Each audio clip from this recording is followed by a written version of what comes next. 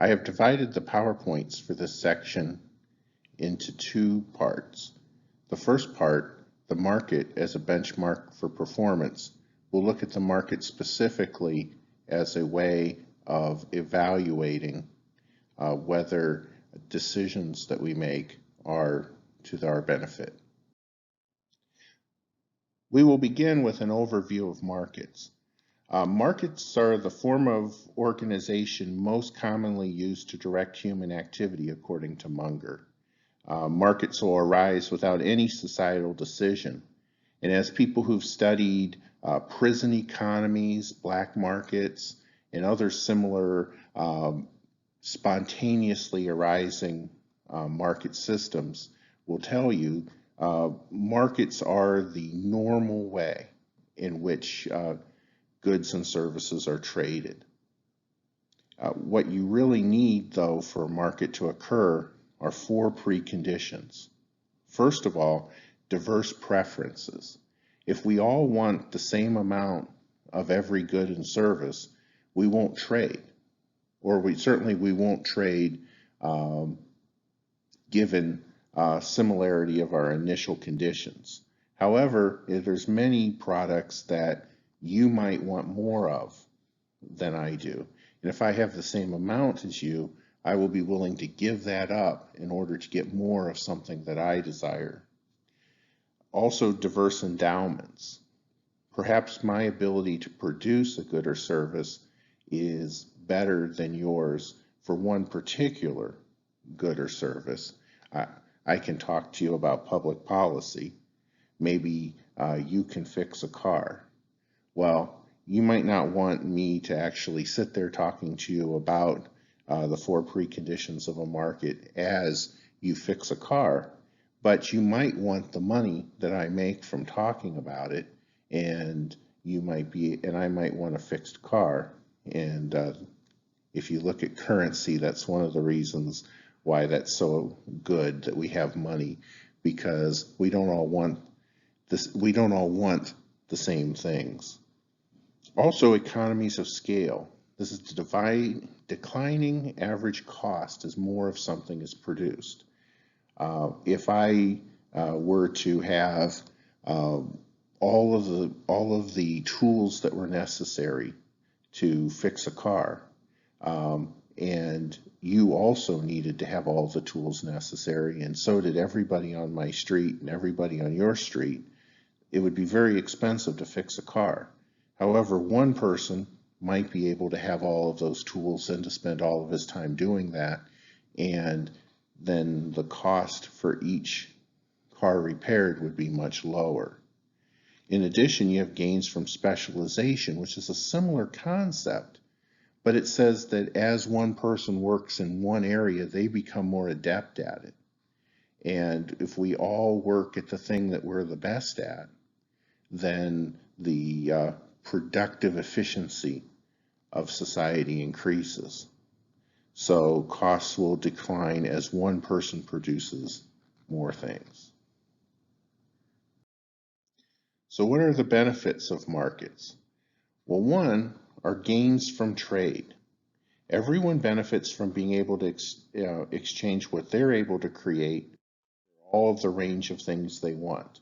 Otherwise, you're only able to have the things that you can make, and it will take you however long it will take you to make those things. I like televisions. I don't know how to make televisions. I know how to mow my lawn.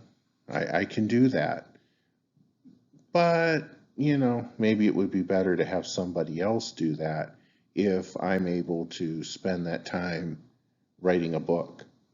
If I'm able to write a book, maybe I make some money, and maybe I make more money than what I have to pay to get my lawn mowed.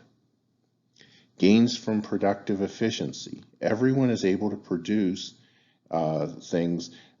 When they focus on the things that they produce, it provides them with their maximum compensation. Economist Milton Friedman used to talk about the doctor who could type 100 words a minute. And if the doctor can type 100 words a minute, it might still be in the doctor's best interest to hire a medical secretary who can only type 50 words a minute. Why? Because the minutes that the doctor saves in not having to um, type things up, he or she could use in order to see more patients. Meanwhile, the person who's not as good at something, um, he or she benefits by typing it up, by having that job. Um, Everybody's better off if the doctors are doctors, and um, and so you gain in productive efficiency. And also, transaction costs are lower. Prices act as information. So when you see something that costs $100, you don't have to say, well, I wonder how much time it will take me to gain uh, uh, to produce a particular good. You know how much it will cost you because you know how much you're going to be paid. You bring that money, and somebody gives you the product. So if you have to produce everything yourself, well, then it takes however long it takes to make it. When somebody has it at the market, then you know all you have to do is bring your cash or bring your credit card, and the transaction will be made. So in life, no choice is free. You don't get to choose an outcome, you just get to choose between alternatives. And if you choose one alternative, quite often you end up not having the other alternatives. Alternatives are limited by the availability of the resources or services. And the idea of opportunity cost is if you choose one alternative, you don't get the other. So you might actually walk into a room, and if somebody says, do you want a hot dog or a hamburger? If you say, I'll have both, well, you're choosing to have two hamburgers rather, or one hot dog and one hamburger. You're choosing to have two not very good for you meals. And so you're still not choosing the outcome, which might be health or happiness. You're just choosing those two alternatives. You're still choosing to give up your money. You can't have your money plus the hot dog plus the hamburger. Maybe the money you have is only enough to get one of the two. Maybe it's enough to get them both. Maybe it's not enough to get any. Alternatives are limited by the resources that you bring in. Now, when I talk about utility, I'm talking about a measure of good versus bad that you receive. When we talk about utility, positive utility usually means that something is good.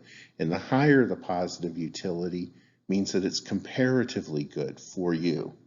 So if you say, I get a feeling of, and let's pick a number out of the air, 10 when somebody gives me a hamburger, but only a positive of 5 when somebody gives me a hot dog, you're going to choose the hamburger, all other things being equal. Now, if having the $10 in your pocket is worth more to you, maybe $10 in your pocket is a 10, and having the hamburger is a 10. Well, you choose one or you choose the other, but you can't have both. And that's the idea of utility. Now, there could also be negative utility. This would be when you eat something or you buy something or something happens to you that you feel is negative. For instance, I used to tell a story about somebody walking down the street, they pick up a $5 bill. Well, you see the $5 bill and you have a choice. Do I want that $5 bill? Do I not? Well, you pick it up expecting to have a +5 utility. I only say +5 because it's a $5 bill, but maybe picking up the $5 bill is not worth $5 to you. Maybe the last person who touched it was sick. Then picking up the $5 bill makes you sick. Maybe it takes more money to make you well than $5. Maybe that wasn't worth picking up that $5. Or maybe you're walking down the street with the $5 bill in your hand. You don't pay attention because you're looking at the $5 bill, so happy you have it, and you run into a metal pole that's hanging low, and you conk your head, and you fall down the stairs, and you die. Well, then picking up that $5 bill was a minus $1,000,000 to you in utility. If it's positive, if utility is positive, it means that the outcome gives you some benefit. If it's negative, it means that the outcome was worse than not having the money at all, or whatever the good or service that you have as your alternative. So the alternative is picking up the money. You don't get to choose what happens afterward. The video here that you're going to be watching about Ronald Coase. Ronald Coase was an expert on the idea of cost and the cost of people interacting, particularly the concept of externalities. So when you're faced with an externality, and an externality is when you're not part of a transaction, you're not part of an interaction, and yet you suffer or benefit from that interaction. So you can have a positive externality. If your neighbor paints his house, then every time you drive by, you see a nice, freshly painted house. Or you can have a negative externality. If your neighbor burns leaves, then you smell the burning leaves. Maybe you don't like the smell of burning leaves. Or maybe your neighbor's dog barks. Or maybe your neighbor comes in at 3 o'clock in the morning and wakes you up. You can suffer negative externalities. The neighbor might benefit. If he's out until 3 o'clock in the morning, maybe he's meeting friends and he's just watched a sporting event or something. It could be positive for him. Maybe he just got engaged, right? But you're suffering. He drove down the street, he parked his car, he opened his garage door, it woke you up. You suffered negative externalities. Well, Coase studied this, and he talked about the importance of property rights and when property rights are correctly enforced. So if you live 5 feet from somebody else and they open their garage door, you don't really have much of room to complain. You knew you lived on a street with garage doors. You knew you lived 5 feet away from somebody else. You knew that 3 o'clock was a possible time during the day, as long as you behave reasonably. Now, on the other hand, if somebody starts to do something like burn leaves right next to the property line, and you had no expectation that he would do this, maybe he has a responsibility to do certain things to respect your property line. Maybe he needs to burn leaves in the middle of his yard. Maybe he needs to not burn leaves. Now, Arthur Pigou was a different scholar from slightly before Coase's time, who talked about how this was a reason to have regulation. Coase, on the other hand, said that this was a reason to come up with economic solutions. For instance, if there's an amount of cost that you associate with having somebody burn leaves, then maybe you can come to a deal with your neighbor and have it so that he compensates you for your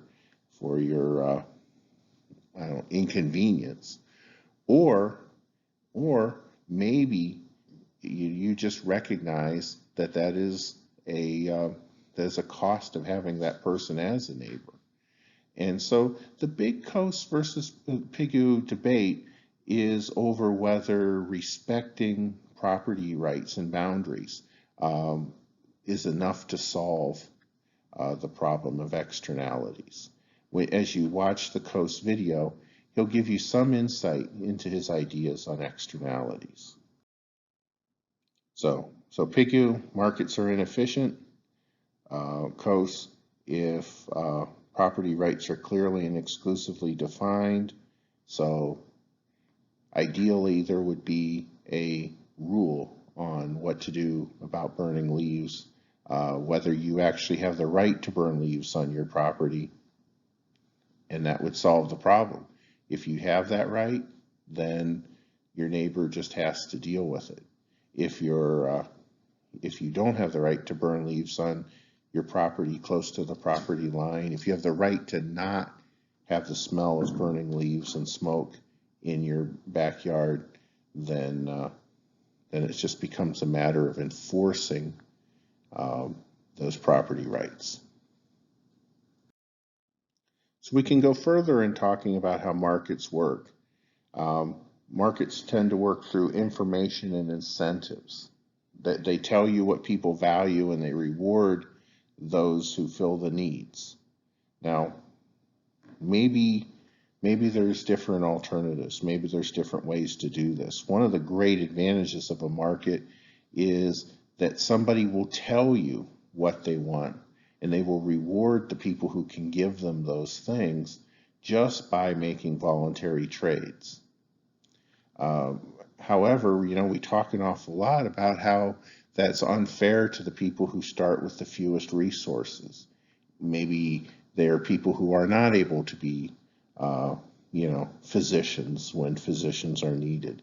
Maybe they're not people who know how to buy and sell things and make a lot of money. Maybe they just started out with less money than other people. And so how might we overcome this? So we can talk about several different ideas. One, of course, is queuing, or standing in line, or just giving out to everyone as things become available. And nothing shows your willingness to pay for something more than your willingness to stand in line for it.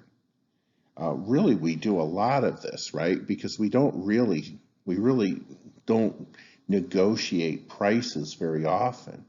We usually go to the places where the prices are consistent with what we're willing to pay, and then we wait to get it. If you went to the supermarket, if supermarkets operated the way theoretical markets did, then what would you have? You would have everybody show up, and when somebody said, here is a box of detergent, they'd hold it up, someone would bid on it, they would pay for it, and that would be that. You'd fill up your basket and you'd leave once you had purchased all the things you needed.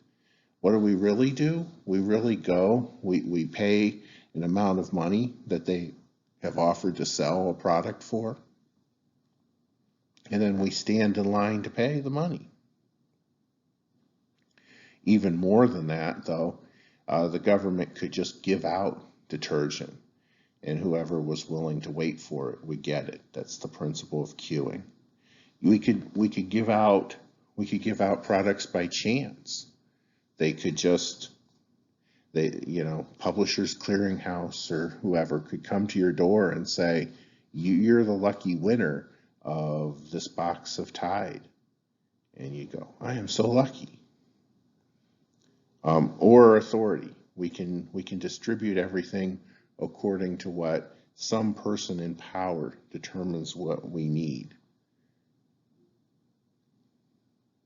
So the other three alternatives, at least in principle, pay less attention to our ability to pay for something and more to our need for it, or random chance.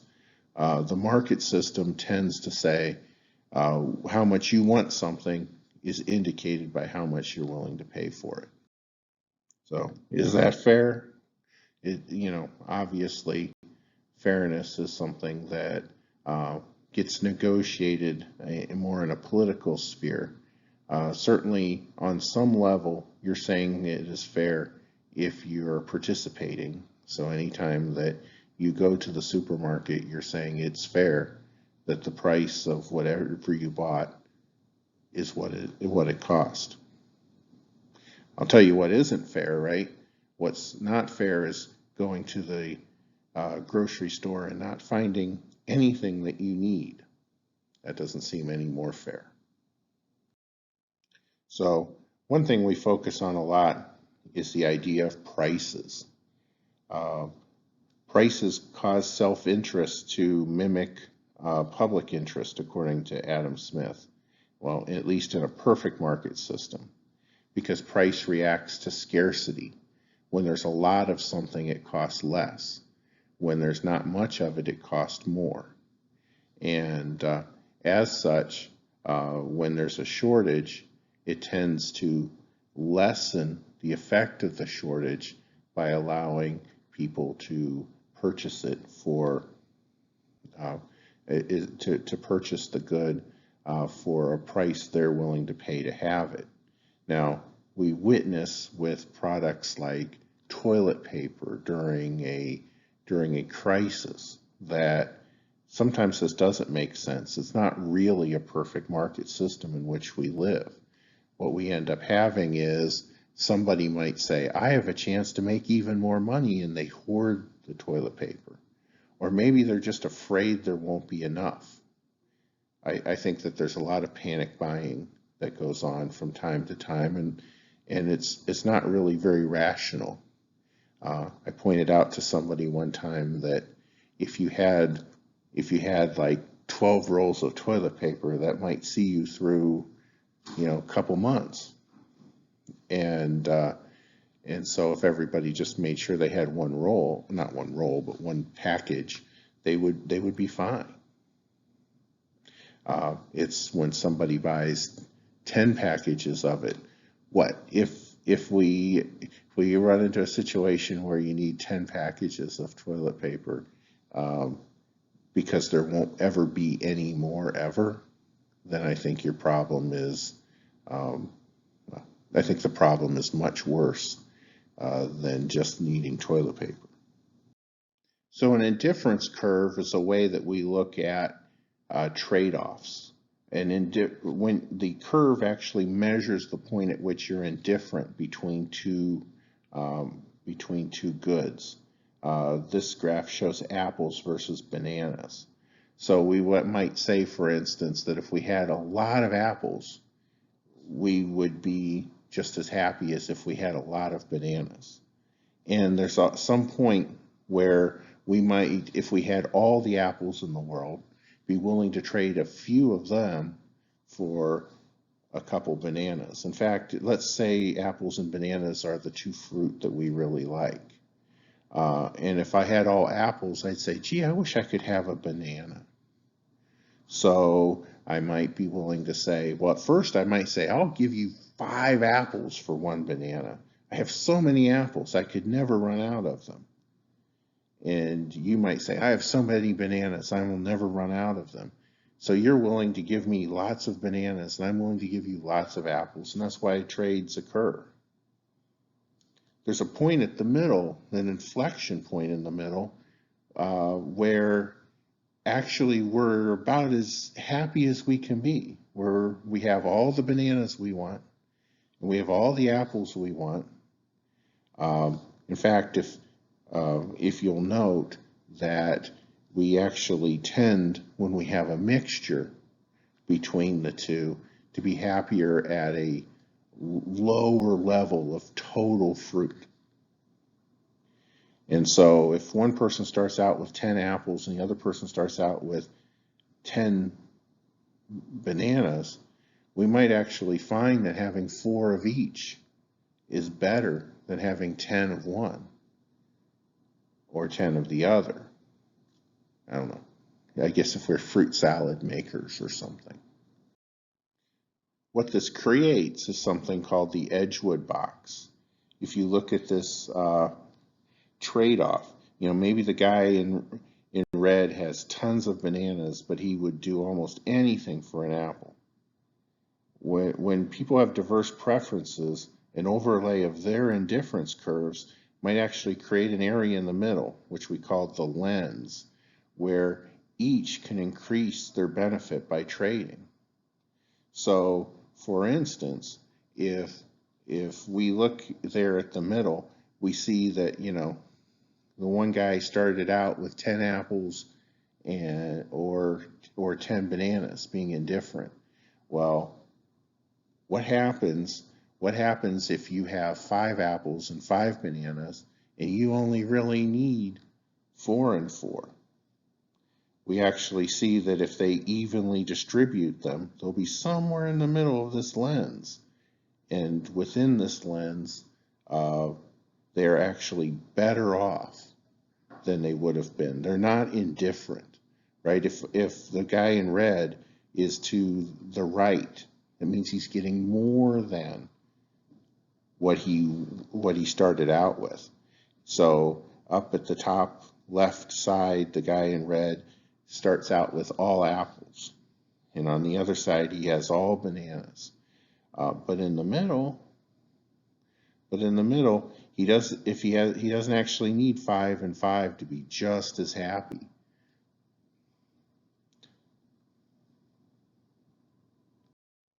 So Wilfredo Pareto was a Italian who was famous for looking at how goods and resources can be reallocated, and he's perhaps most famous for creating the so-called Pareto criterion. A Pareto optimum is an allocation of resources where any change would make at least one party to the exchange worse off. According to Pareto, that's not permissible. You always need to respect what each person has, and if even one person is harmed, it's very difficult for society to justify that. There's a series of points. We just talked about the lens in the Edgewood box that are Pareto optima. That is to say that if they're achieved, at least one of the players to the transaction would refuse to shift from there. And that becomes a problem sometimes, right? Sometimes when there is a distribution that other people could benefit from, but at least one person is harmed, we need to find a way to consider ways to help society or to help the group. But it's a high standard to set on how we're going to justify harming somebody in order to benefit somebody else. Well, money helps, right? In the real world, you don't always want to have apples and bananas. In fact, I imagine there's at least one of you who's like, I don't like apples or bananas. We look here at the functions of money, but in essence, what they are is it's a medium of exchange. It has a clear and consistent account of value. One unit is the same as another of that same unit. My $5 and somebody else's $5 is the same. It stores value. Of course there's inflation and such, but more or less, if I have $5 and I put it aside, tomorrow I'll have $5. To whatever extent that my money is worth less tomorrow, it makes it a inferior currency. It's durable, right? So I don't have to worry about, I put it down today and tomorrow it has fallen apart. It's difficult to counterfeit. Now, actually, we see with things like Bitcoin that this is a slightly questionable idea. It's not so much that it's difficult to counterfeit. It's that it's not extremely easy to counterfeit, that it's going to be treated as currency. It's not going to lose its value as currency because other people have successfully counterfeited. And it should be divisible into smaller denominations. If all we have is such large, like $1 million coins, then that doesn't do us much good. But pennies are so small as to be virtually worthless on their own. But that's how far we can subdivide currency. Finally, we're looking at money's greatest advantage is how it speeds transactions. You could never have a modern economy if we spend all of our time having to find somebody who wants what we have. Um, we tend, we're all online here, right? In order to find 20 people who were interested in public policy analysis, we had to draw from all over the country. We get them all into one place, and the University System of Georgia pays me to tell you this, but money's greatest advantage is it speeds transactions. I don't have to find people willing to pay me, and I do not have to find people who are willing to pay me in Tide when I need Tide, and willing to pay me in clocks when I need clocks. My refrigerator's on the blink. I don't need somebody who builds refrigerators who's interested in what I do.